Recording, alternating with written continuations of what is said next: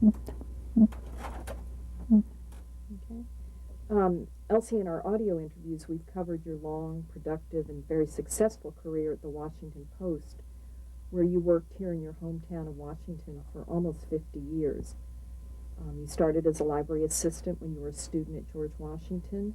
You worked many beats as a reporter, and you've also held important management positions where you played a key role in personnel policies and hiring practices at the Post, both in the early 50s and then late, some 30 years later, working in the personnel departments of the paper.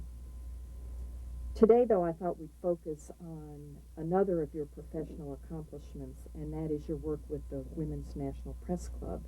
And perhaps you could tell me a little bit about the background of the club and how you became active in the club. The Women's National Press Club was formed in 1919, and it was, in many ways, an offshoot of the suffrage movement. At the time it was formed, Congress had approved votes for women, and the legislation was making its way through the states to amend the Constitution.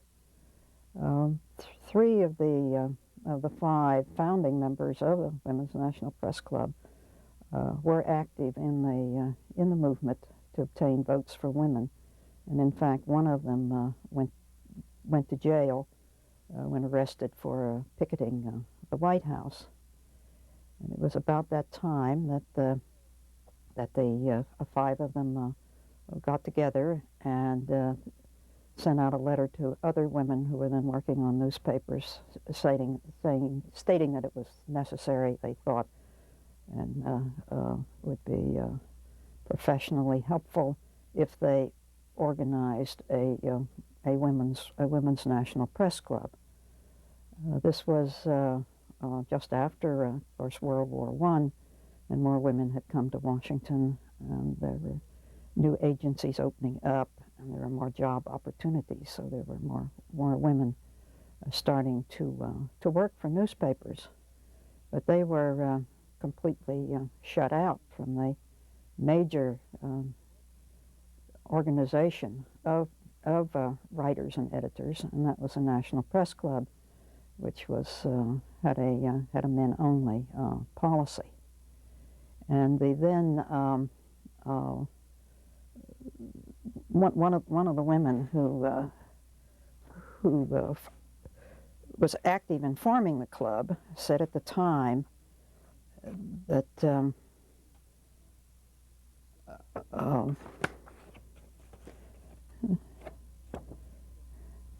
name was Cora Rigby, and she was a reporter for the Christian Science Monitor. She said it was necessary for women to found an organization to combat the conspiracy of men to keep women off newspapers, or at least to reduce their number, wages, and importance. The club became a parallel club to the National Press Club. As it tried to it held luncheons. It invited important people to come and speak. The National Press Club, of course, was the great forum for public officials, government officials, and also it was the place where most visiting heads of state made their only press appearance in Washington.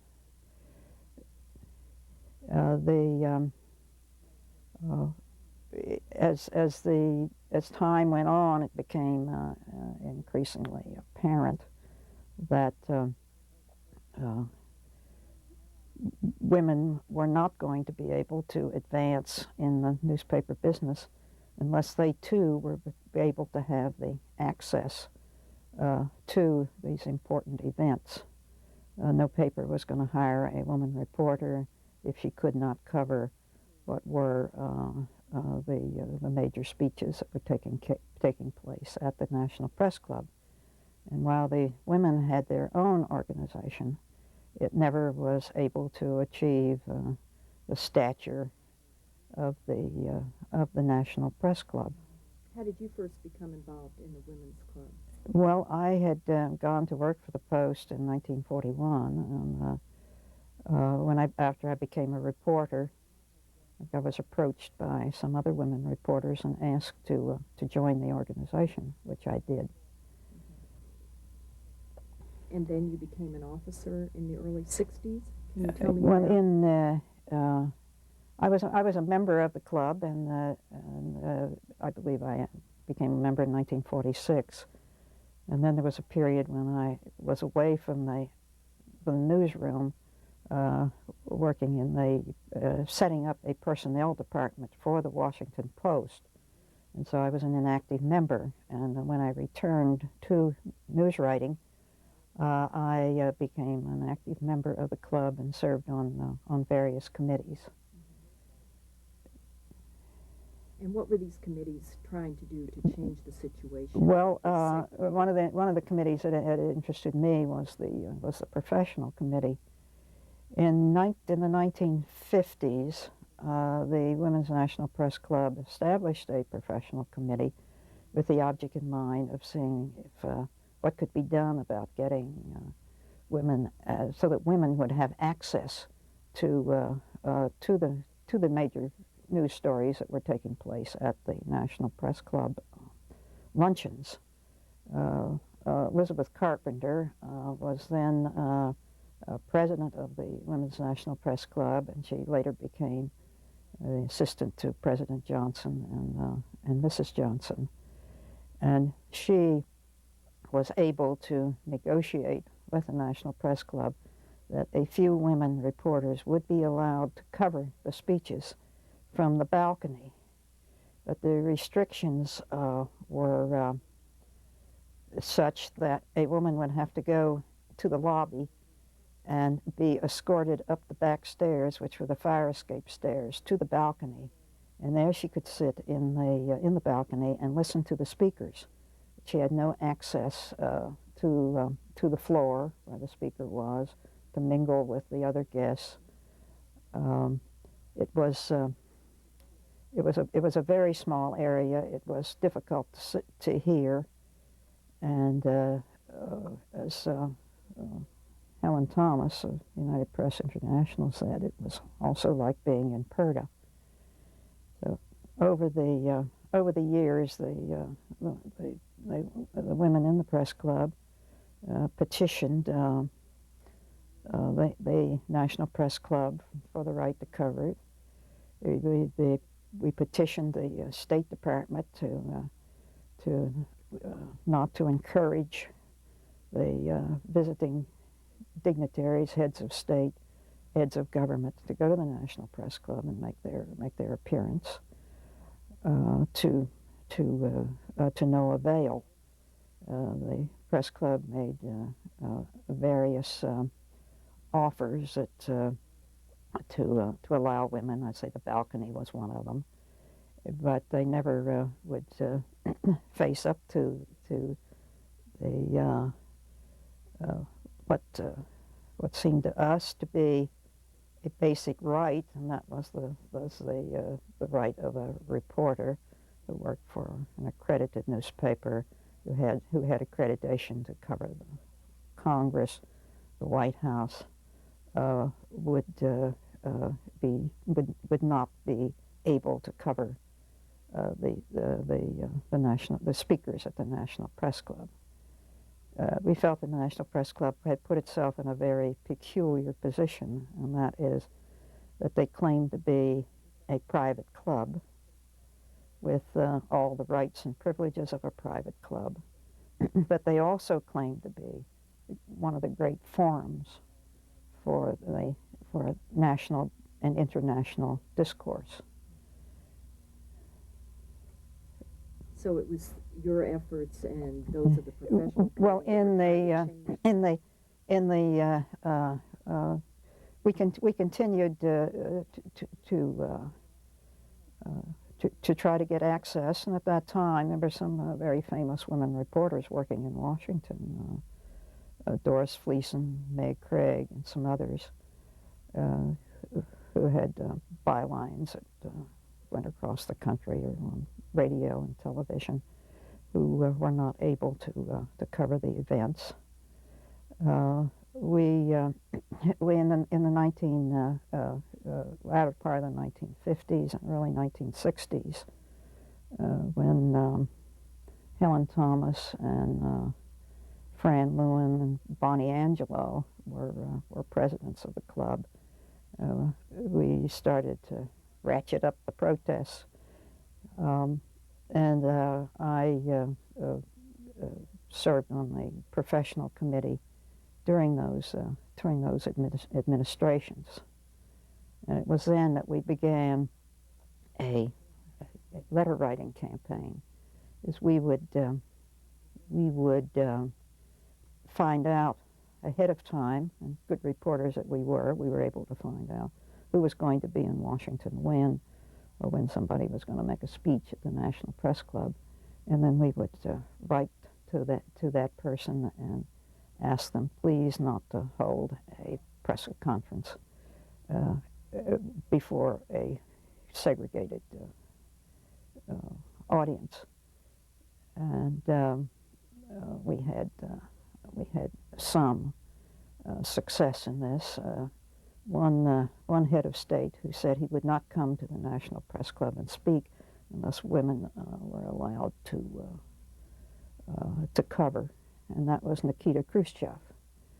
And so it was rather ironical, but the head of the evil empire became our benefactor.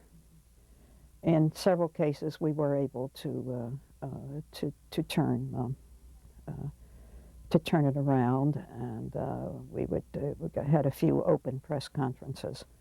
But the National Press Club was so powerful and had such a international reputation that it became difficult to do. And also, we did not have the support of the State Department. The State Department said it had no control over a private club. And the National Press Club took the position that for the government to interfere would be interfering with freedom of the press.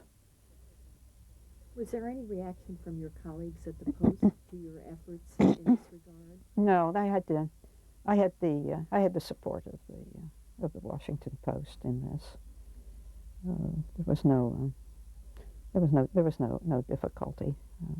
But the press club was part of its power was that it was the place where newsmen would meet after work around a bar, around the card tables, and they would mingle with each other and pass along news tips. And they also would bring into the membership club, into the membership of the club, business leaders and some public officials, because they had a category of membership that allowed such members. And one of the things that was annoying to us was that a head of state would be speaking at the National Press Club, or an important political figure, and a male member of the National Press Club could bring a male guest, or an associate member of the National Press Club, which are in the category of the people that were in business, and could come and take one of the seats at the luncheon and mingle with the guests, while women reporters who had the accreditation to cover the White House and Congress were not able to attend. But it was a very close-knit. It was an old boys club. But because they had the news figures there, the women wanted to have access to the speakers. Yes, all we asked for was the right to cover what we regarded as really public events. There was the National Press Club always took the position that what the women wanted to do was to invade their bar and their game rooms, which was not the case at all. We made no big appeal to become members of the National Press Club, but we did feel that when it became a public institution, we felt it was a public institution, that we should have the right to cover. Now, during your year's presidency, you had a number of accomplishments that continued the movement to put women in the forefront, and I thought we'd talk about those for a minute.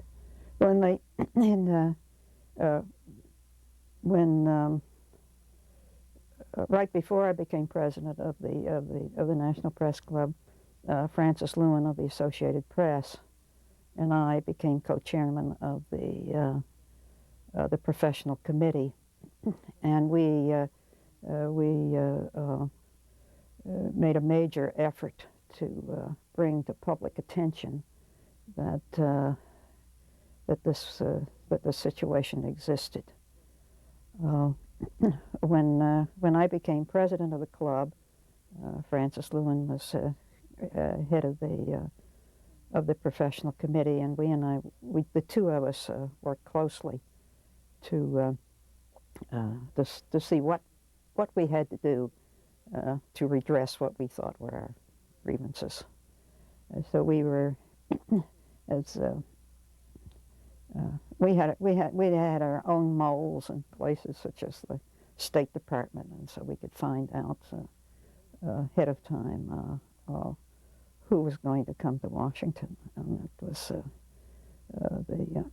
the year that I was president of the press club, which was the year 63, 64.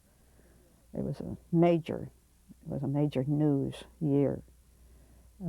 It was at the time of the beginning of what became the Vietnam War, and Madame New, later known as the Dragon Lady, was sister-in-law of the head of the Vietnamese government, and she came to the United States to speak in behalf of the government, and was at the United Nations and also to appear in Washington. So we were able to get to the embassy and to arrange to have Madame New speak to the members of the Women's National Press Club, and they agreed to do this. The National Press Club also invited her, but our invitation in was first, and they agreed to appear before us. And so she did speak, and we, of course, did not have the facilities that the National Press Club had with its own offices and its auditorium.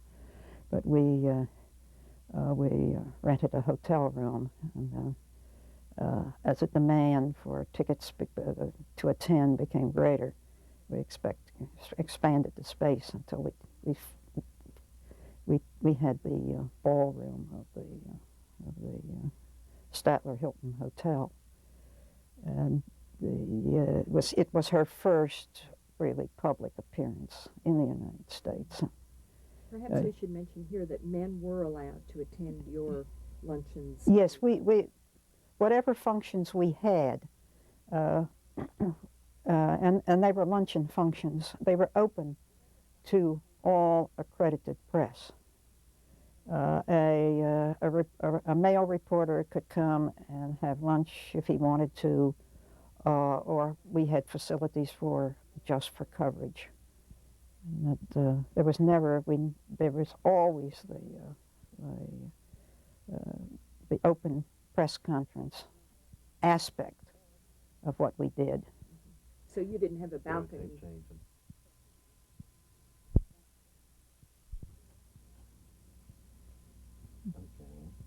So the women's club didn't have a balcony or a back room where we had no balcony. We had no back room. We allowed any reporter with the credentials that they worked for a newspaper to attend. It was absolutely open press conference type of atmosphere. And so we had an enormous turnout for Madame New, and since it was her first appearance, we had nationwide, in fact, actually worldwide television coverage, and stories in all the major newspapers, both here in the United States and many abroad. So it was a major advance for our proposals for open press conferences. And I know that 1964 being an election year was important in terms of candidates announcing their running for president, and it was at your club that one announced? Yes. When I became president of the club, I said we were going to be on top of the news, and it being an election year, and we were able to have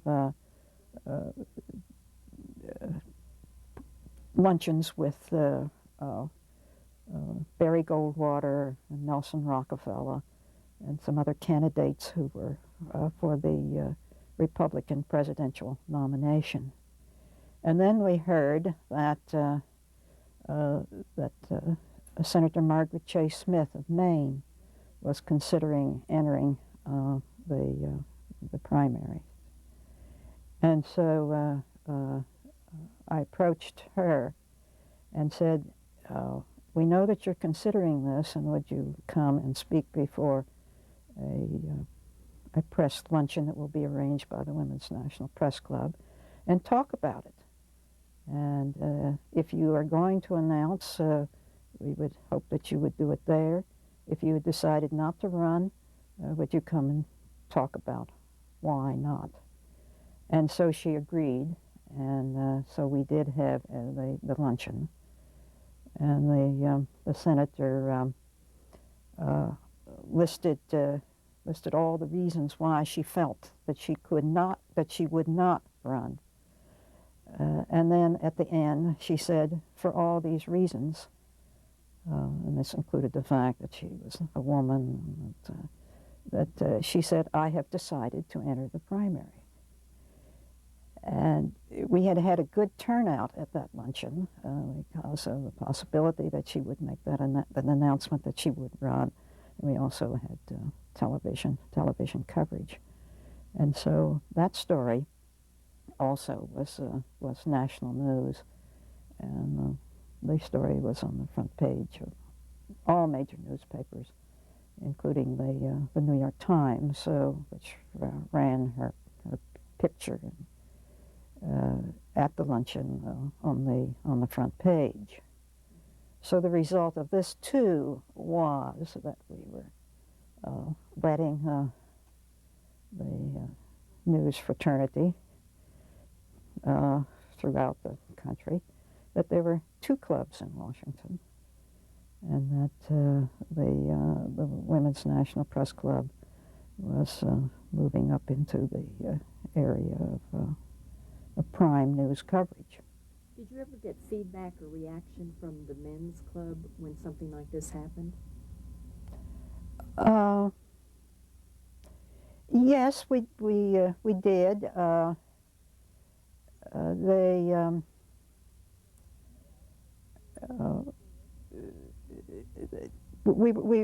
We also began to get stories in the newspaper about that there was this dispute going on, and we began to get a lot of support because it just seemed such a grievous type of situation. And some of the men in the National Press Club were very angry about this. And in fact, one of the past presidents of the National Press Club wrote a letter to my editor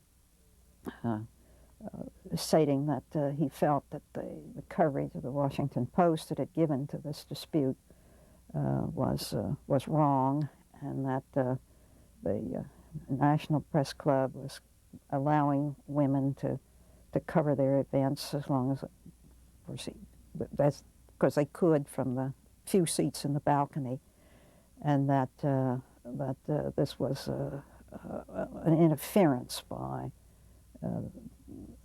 newspapers in what was the operation of a private club.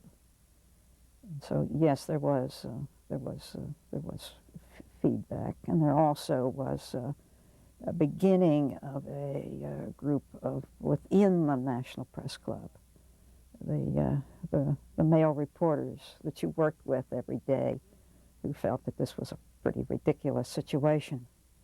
So within the National Press Club, there began to be a beginning of a change of feeling. But the National Press Club was clearly dominated by the old boy network. What was your editor's reaction to this letter that he received? It was across the front of it. It was marked confidential, not for publication. But he just sent it to me with no comment. And, we didn't write a story about it or do anything about it, but he let me know that he had received this letter, and that there was no problem within the Washington Post at all. In fact, the Post editorially took the position that the National Press Club should open its doors if it was indeed a professional news organization. So, during this time, you had an ally and friend in the White House. President Johnson was at your inauguration. Well, he was vice president. Yes, and then later attended one of the dinners where he made an important announcement. Yes, Vice President Johnson was always our ally. I think Johnson understood the important role of women. There was Lady Bird Johnson, who was his partner, and Liz Carpenter, who had been a Texas newspaper woman and had gone to work for Lyndon Johnson. And when my inauguration as president of the Women's National Press Club took place in a tavern in Georgetown, and Lyndon Johnson came and swore me in as president, and it was the turnout of public officials at that particular event indicated, I think, the growing role of women in newspaper work. Hubert Humphrey was there. Some of the new members of Congress in the Kennedy administration, and President Kennedy sent a letter which Pierre Salinger read, and Kennedy said in this letter, he said, "You arrive in office at a time of utmost crisis for the lady journalists in the continuing struggle for equal rights. I know that with your leadership, this fight will continue." So at that time, we had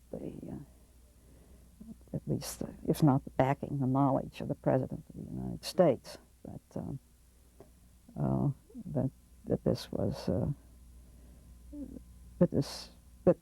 that this situation did exist, and it also was beginning to be an embarrassment to the government. We mounted this campaign to notify foreign governments that if their president prime minister came to the United States, that they would be invited to speak before the National Press Club, but they also ought to know that they would be speaking before a group that discriminated against women reporters. And so we knew that the State Department was beginning to get this feedback, but the National Press Club was so powerful and had so many good friends in public office that when we went to Secretary of State Dean Rusk and asked him to intervene, he said he could not intervene in the doings of this private press club, but he suggested that we picket. But within the government, it became pretty apparent that this was a continuing problem. Did you consider picketing? No, we never considered picketing. I think we didn't want to go public in that way, that we wanted to work within the framework of writing letters and petitioning government officials that this should not take place. And during your year, there were a number of important dinners that the club held, and I'm thinking of particularly the Eleanor Roosevelt. Well, this would get back to your question about Lyndon Johnson. Eleanor Roosevelt had a special role for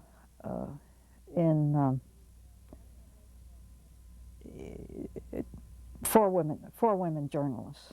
When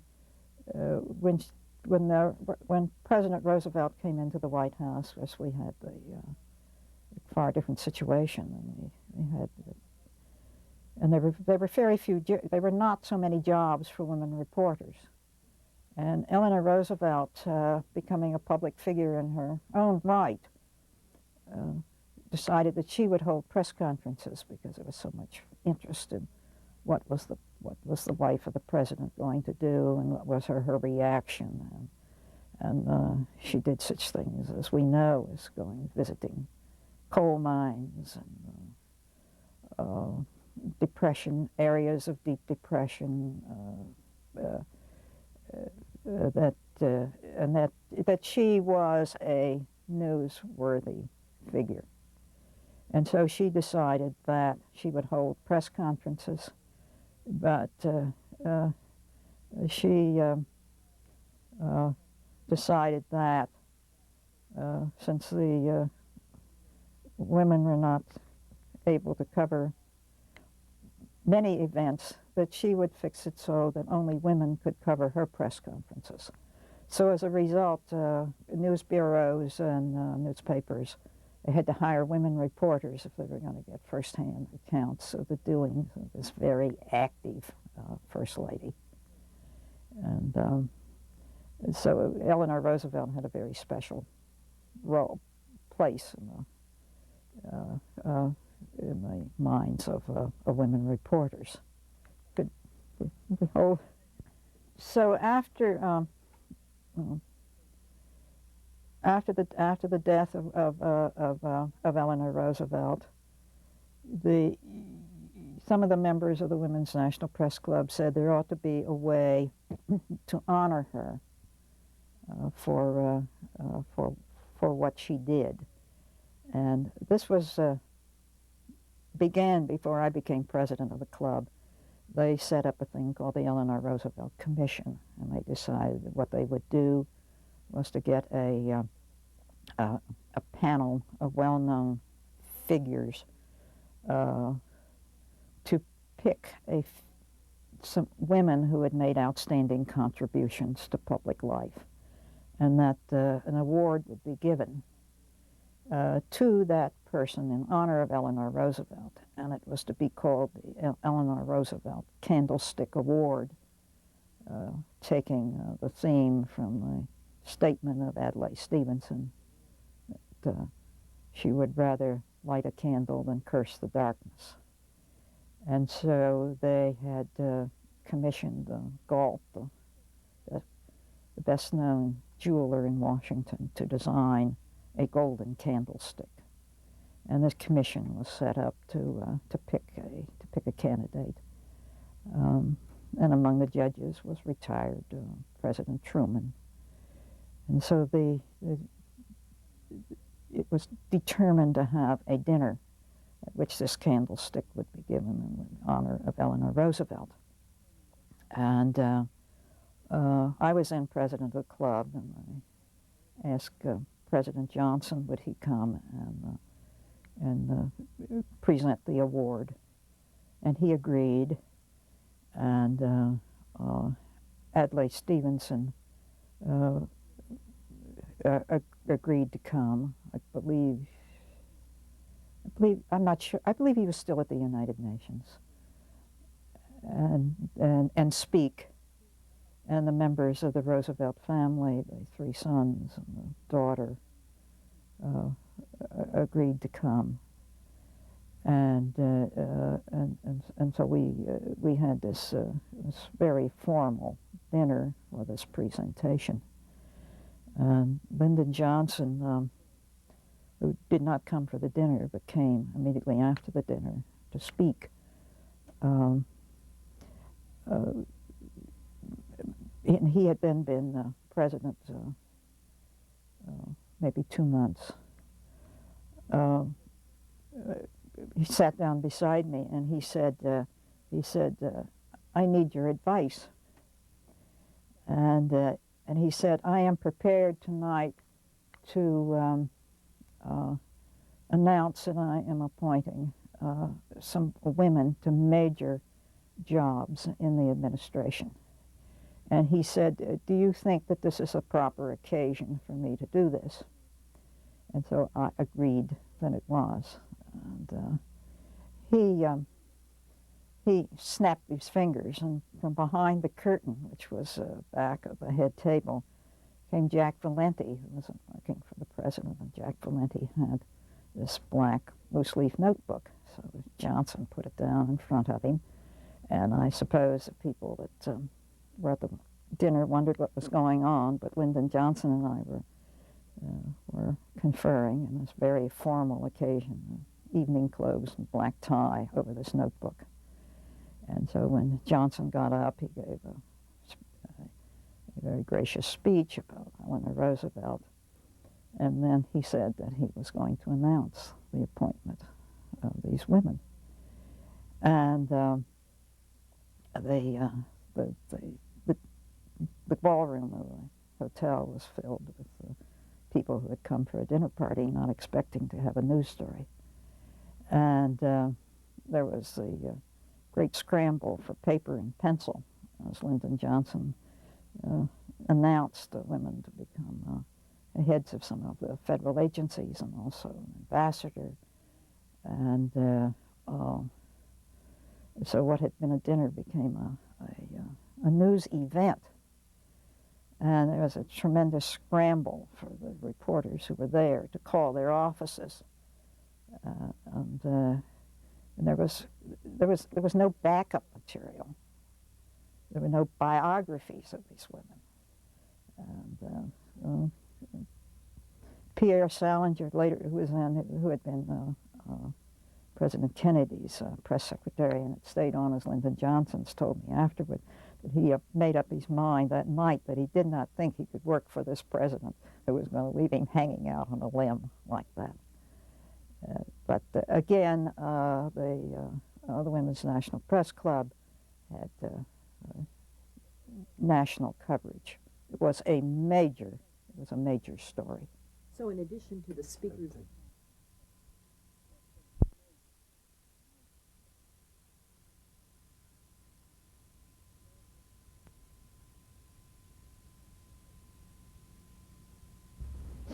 We're over the hill. Right.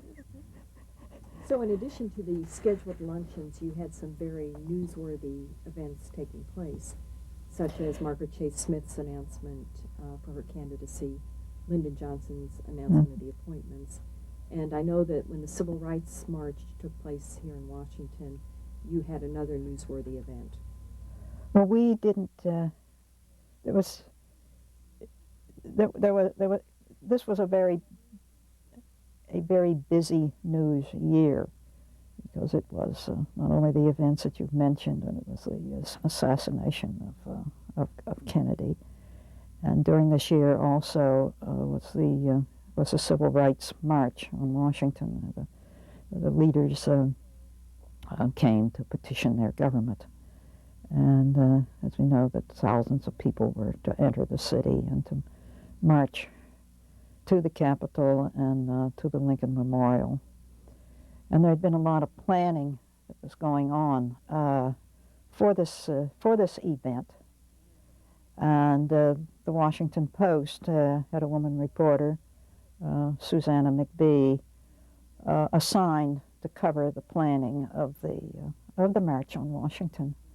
Then it was learned that the civil rights leaders were going to make their only press appearance at the National Press Club.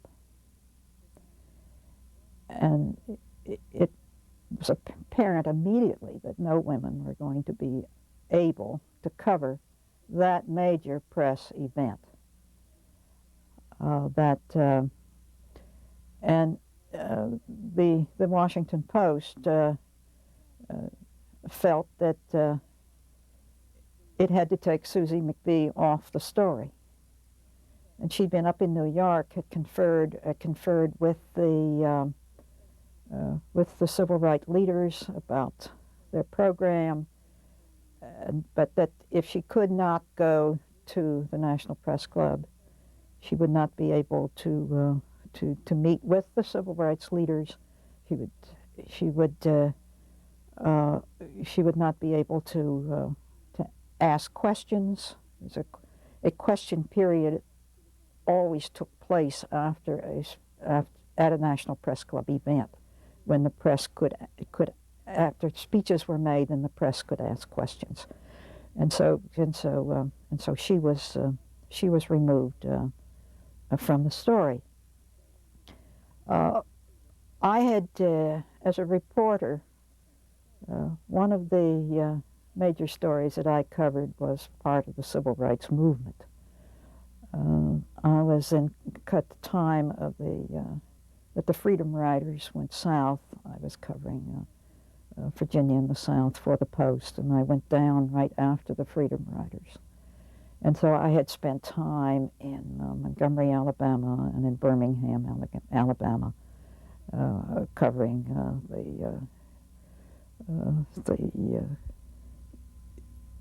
what were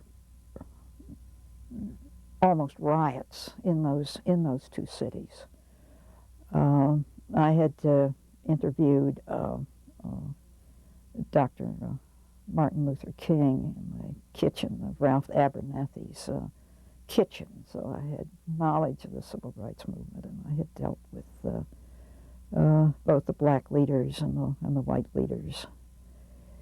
And an interesting aside, though, is that the Post also took you off those stories, didn't they? Well, yes. If you want to digress to that, I was covering the Freedom Riders in the South, and the Associated Press, unfortunately, took a picture of me in the middle of a bunch of Freedom Riders about to get on a bus, and I believe that was either in Jackson, Mississippi, or Montgomery, Alabama. And they then, managing editor of the Post, called me and said, "We're taking you off the story."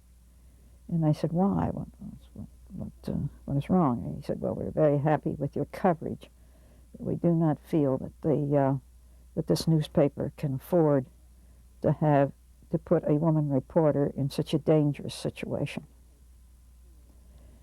And although I protested, I was pulled off the story. And I never felt that I was in any danger, although I was in the midst of what were some dangerous things. In covering that story, I had gone through picket lines, but I had no choice, but I had to come home. So perhaps my own personal experience made me very angry that the civil rights leaders were going to come to Washington and were going to hold a press event where a whole segment of the press would not be able to cover their major appearance as speakers. What action did the Women's Press Club take on this issue? Well, Fran Lewin and I, she as being chairman of the professional committee and I as president, wrote to the civil rights leaders, and we put out our own press bulletin, in which we said that among other things that we had done was that we had, when we wrote when we heard that this was going to happen and we petitioned the civil rights leaders, we said that that we would set up to make all the arrangements for them to appear at an open forum for them, where all the press could cover, and that they turned us down. And so we put out a press release in which we said that we had, before the leaders of the march accepted the National Press Club invitation, we urged that they appear at a press conference or luncheon open to all accredited reporters. We still hope that they will make other arrangements. We find it hard to imagine that this group would not recognize and fight discrimination wherever it exists. The balcony, as well as the back of the bus, should have special meaning to civil rights leaders. Despite this, we did not prevail, and their press conference was held at the National Press Club.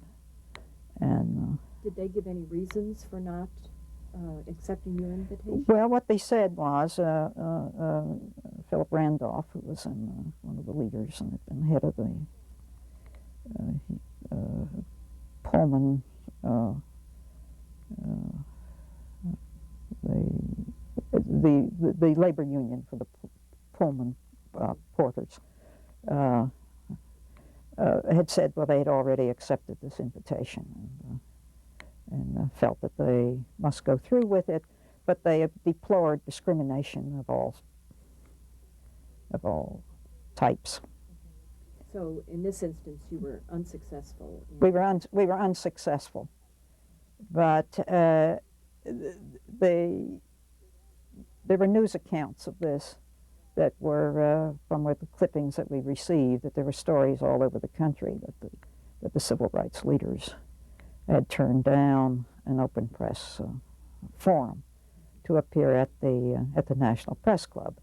I can't say that it got very heavy coverage because the Civil Rights March itself was such a major story, but this was just a little footnote to that coverage. So your year as president was an important one in the press club in terms of moving it forward toward breaking down those barriers at the men's club. Well, I suppose it was, because while my predecessors had worked very hard at this, events fell in such a way that it became public knowledge, and that newspapers throughout the country were beginning to realize that this situation existed in this capital city, and that it was becoming somewhat an embarrassment to the government, and within, I think, the National Press Club, there became this growing feeling that that club was going to have to change if it was going to keep its position as the forum for speakers. How much longer was it before it changed? It really didn't change until the National Press Club decided to take in women members in the 1970s. Not too long after your presidency, though. Well, A number of years. But yes, it's a long time if you're trying to cover the news. They made within the club there became this discussion, some argument, and that is one day they would decide that what they would do was set up a press table, and where women reporters could come, and they would allow them to eat lunch, and that they would. But as long as they didn't go outside of the auditorium or the lobby, that they were not to go into any of the other precincts, not into the dining rooms or the club rooms or the bar. The bar in particular seemed to be the sacrosanct place, because so many of them said that we really didn't want to cover the news. All we wanted to do was to belly up to the bar. And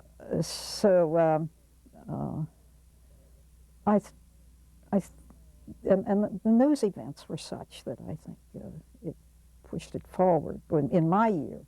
But it was not until in the 1970, I believe, 71, that there became a rebellion within the newer, younger, more, if I may say so, more professional members of the press, that they decided that the only way to settle this issue was to open up the club to women members. And what role did you play in the club at that time, in the transition period? Well, there was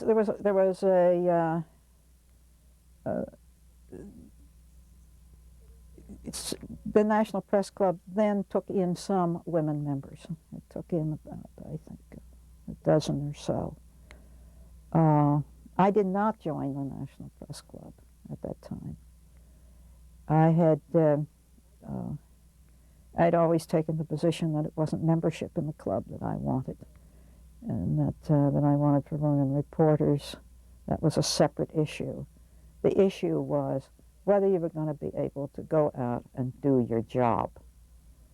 And so I did not join. But after they had women members, then they allowed women to be able to attend the luncheons.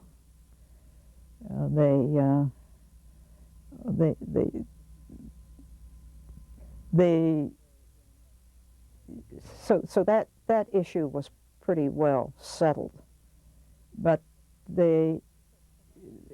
beyond that, there came a time when it was apparent that there was no need for two clubs in Washington. A National Press Club, which took in women members, and the Women's National Press Club had earlier changed its name to the Washington Press Club and took in men. So we had two clubs, and so there was a merger of the two clubs. They merged into the National Press Club, and so that ended that whole. One that you were very instrumental in. Do you have anything else about this that you'd like to say, Elsie? About your work in this particular area? No, I unless you have some question. Well. Unless you have some question about I think we've covered it pretty well. Thank you for sharing it with us. Is that it? Mm-hmm. Now we'll do the still photos. Okay. We were talking about changes that occurred at the National Press Club through the years and how things evolved, and you had a final thought on that, Elsie? Yes, I did. I mentioned that National Press Club had pretty much a lock on speeches by government officials and visiting heads of state, and that they worked through the State Department. But after Lyndon Johnson became president, he directed that the State Department's cooperation would end, and that the government officials would not make public type announcements, plans, programs, speeches at the National Press Club, because women reporters could not attend. Now, he did not make that in any public way, but he let it be known to the National Press Club that this would no longer take place. So if they got speakers, they would have to get them on their own. They would that they would have to get them on their own, and that they would not have the cooperation of the State Department, and that they would not get a member of the cabinet speaking there on a public issue. That this would be done at a different type of event. So this was another slow chink in the wall at getting the integration for the women. Yes, because as one member of the National Press Club told me privately, he said we knew we had to change, or that we weren't going to get the speakers. And this was during your year as presidency.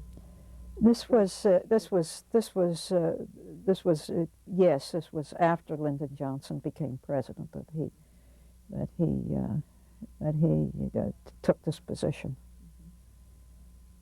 Good. Well, thank you, Elsie. Mm-hmm. That's a